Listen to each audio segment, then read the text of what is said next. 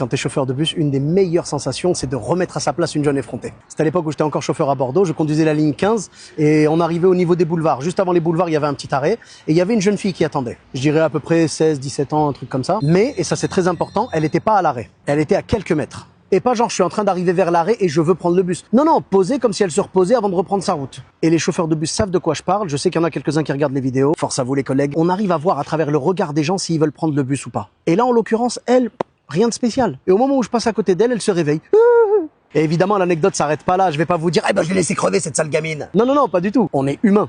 Presque. Donc j'ai fait ce que je faisais d'habitude, je me suis arrêté un peu plus loin que l'arrêt. Bon, j'ai pas écrasé les freins non plus parce que sinon j'allais envoyer tout le monde sur le pare-brise et là ça aurait fait un incident voyageur et vous savez que c'est pas cool, ça fait perdre du temps à tout le monde. Non, j'ai freiné normal, genre j'ai dû m'arrêter à peu près, je sais pas, 30 ou 50 mètres de l'arrêt et je vois la jeune fille dans le rétro qui arrive. Sauf que normalement tu fais quoi quand tu vois le chauffeur qui te fait cette faveur de s'arrêter alors que tu n'étais pas à l'arrêt et que tu n'as pas fait signe. Ça c'est très important parce que mes paupiettes, des fois on passe à un arrêt, il y a 6 lignes de bus qui passent. Si vous levez pas la main, nous on sait pas que vous voulez monter avec nous. C'est marqué clairement, faites signe au conducteur. Et moi je rajouterais glisser un billet pour le kiff. Normalement tu cours pour lui faire comprendre, je vous remercie de m'attendre et je sais que j'ai fait une erreur, j'arrive au plus vite. Et attention, je vois déjà les commentaires. Je sais qu'il y en a qui vont me dire ouais mais il y a des handicaps invisibles et tout. Je sais, je suis au courant qu'il y a des handicaps invisibles. Croyez-moi ou pas, mais je vous assure qu'on arrive à faire la différence entre les personnes qui n'arrivent pas à courir, qui ne peuvent pas, et celles qui ne veulent pas. Là, c'était la deuxième. La meuf, je la voyais marcher dans le rétro en mode défilé. En mode, le chauffeur, il va m'attendre. Et non, Brenda, le chauffeur, il va pas t'attendre. Parce que soyons honnêtes, moi, je m'en tape que tu sois jeune, que tu sois vieux, je sais pas quoi.